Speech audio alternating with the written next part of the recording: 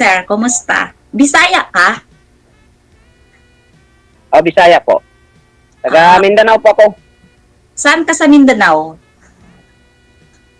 Dito po sa Surigao del Sur, sa Bislig City. Taga Mindanao rin ako. Doon ako na pinanganak. Saan banda? Saan? Saan banda dito sa Mindanao? Sa Tukuran sa Moanga del Sur. Zamboanga. Yes po. Medyo malayo-layo pa dito. Ilang taon na po kayo, sir? 48 na po. Mas Kayo matanda po? ako. 51 na ako. Okay lang naman, hindi naman ano yung edad kung sakali magkaintindihan tayo. Oo nga, no, wala sa edad. Ilan na po ang anak nyo? Wala kasi yan sa edad eh. Ang importante kasi kung magkaintindihan tayo, yung pantay ang ano sa Kama. isa't sa atin. Oh, Wala na yung edad. Ilan taon na po kayo, sir? Ano nga pala pangalan mo? Victoria po. Pagkabungol man si Sir. Victoria.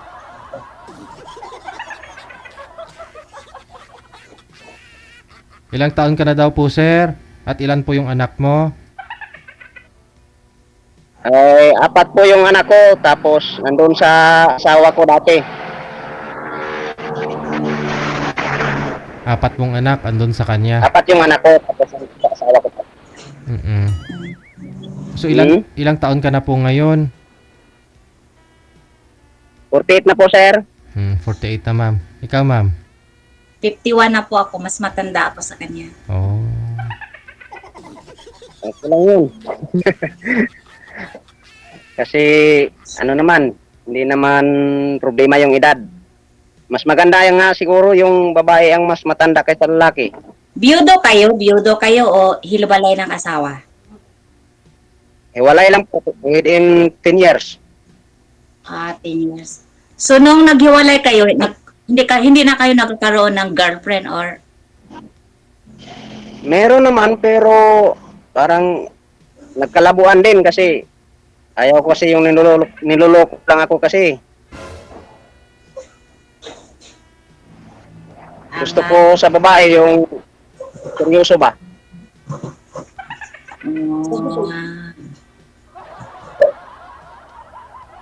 Magtanong kayo sa akin, sir. Kayo naman na magtanong sa akin. Ay, siyempre pwedeng magtanong kasi yun ang gusto ko. Saan ka nga pala ngayon? Sa Masbate po. Nasa Masbate ako ngayon. Masbate. Diyan ka nagtrabaho? Hindi, nandito yung family ko. Okay. Bali, diyan ka na nakatira talaga? Opo, dito na ako nakatira ngayon. Kasi nandito naman yung mga anak ko. Ilan po yung anak mo? 2 ang anak ko, 29 years old yung panganay ko, tapos 26 years old yung bunso ko, puro lalaki. Laki na. Yung sa akin, 2 ang babae, tapos 2 rin ang lalaki. Yung bunso ko, 12 years old na.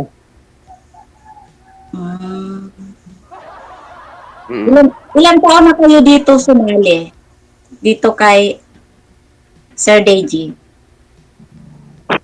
Ngayon pa lang. Ngayon ka lang First sumali? time lang. Matagal na ako dito nakatitikan Kaya nga kinakabahan ako eh. Ano pa, mga pandemic pa ata sa Manila ako. Natingin lang ako. Kaya nga hindi nga kasi ako nakapag-ready kasi kala ko hindi pa ako matawagan ni DJ. Kaya dito kasi ako nagtatrabaho. Anong trabaho niyo po? Tapos wala namang problema sa trabaho ko kasi walang ito gumawa ng mga Ayun. Gumagawa po ng ano, sir? Bawal ba yan ipapakita, Sir DJ? Yung ano po yun? Ano ang ipapakita mo, sir? Hindi, yung ano, yung, Nawala si sir. Mahina at ang mahina at sabi ang- ni,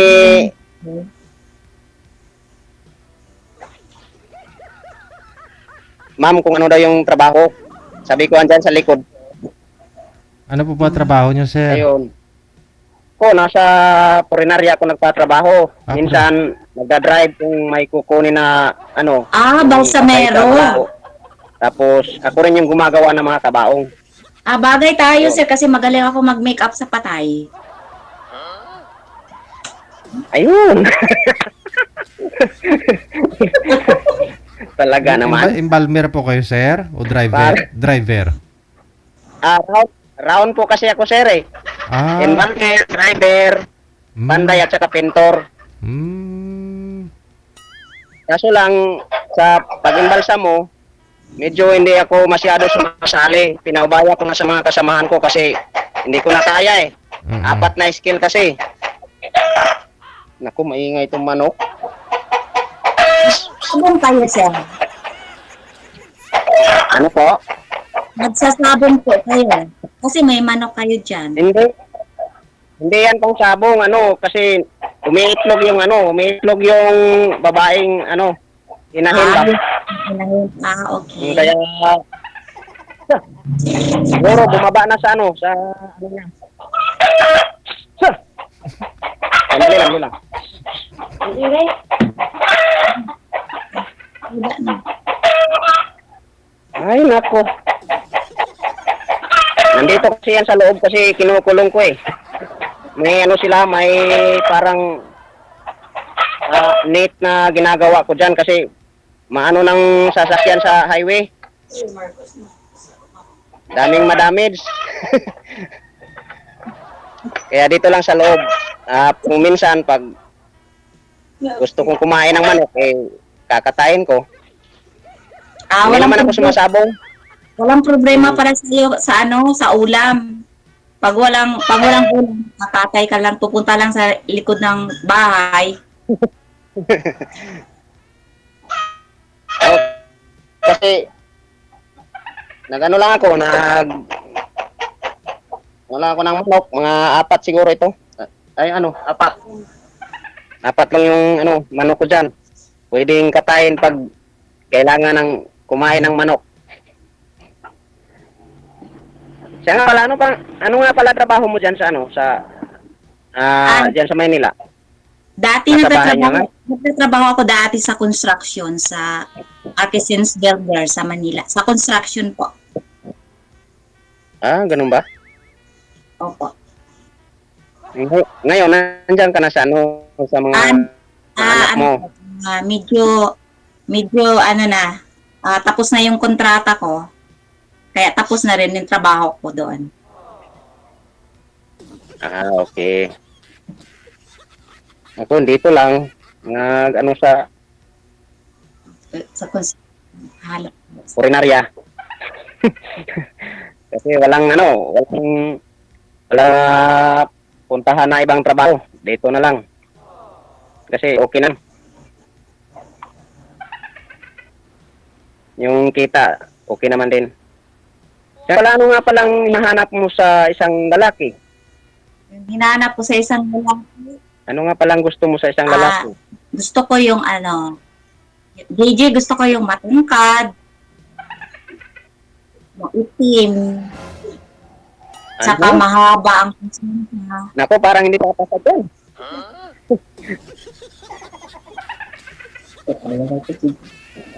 Ilan ba height mo?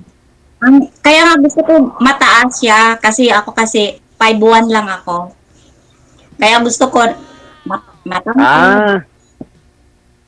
Tapos gusto ko moreno. Kaya pala. Tapos gusto ko nasa mga edad nasa 60, 70. Ganun ba? Binata pa ba si lolo mo, sir? Ito yun, hindi talaga ako papasa dyan. Gusto ko yung yung mga 55, 50, pataas. Ganon. Yung Eh, lolo, paano yan? 48 pa ako. yung lolo mo, sir. Binata pa?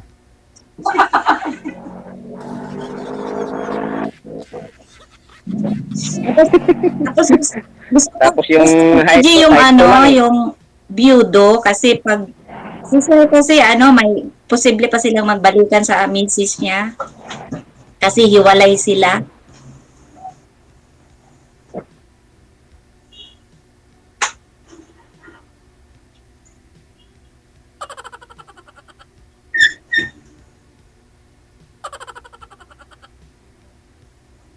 Wala na. Naghihingalo na yung signal niya. Thank you, Sir DJ. Ay, bumalik pa. Salamat. Bumalik, ma'am. Ayan, oh. Timing sana yung negosyo ninyong dalawa. Ikaw marunong mag-makeup. Siya embalmer. Nagda-drive din. Hatid sundo ng patay. Ano pa ba yun sabi niya? Gumagawa ng kabaong. May alagang manok. Ikaw nagme-makeup. Pwede yan. Yung purinarya sa kabila. Ikaw sa kanan.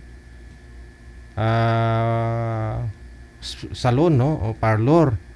Tapos sa gitna, karinderya. Pwede yun. Wakaon kayo. Laman loob. Wala na. Hindi na siya online, ma'am. Oh. Hindi na kulay green. Ano lang po, connected naman na po kayo. Kayo na po bahala sa mga sarili ninyo. Mga malalaki. Sir DJ, thank you. Salamat. Thank you sa Mm-mm. pag-abala. Regards sa katabi mo dyan. Mukhang kinikilig pa yata kaysa sa'yo. Maraming salamat. Good afternoon. Salamat po. Good afternoon, sir. Happy New Year. Happy New Year.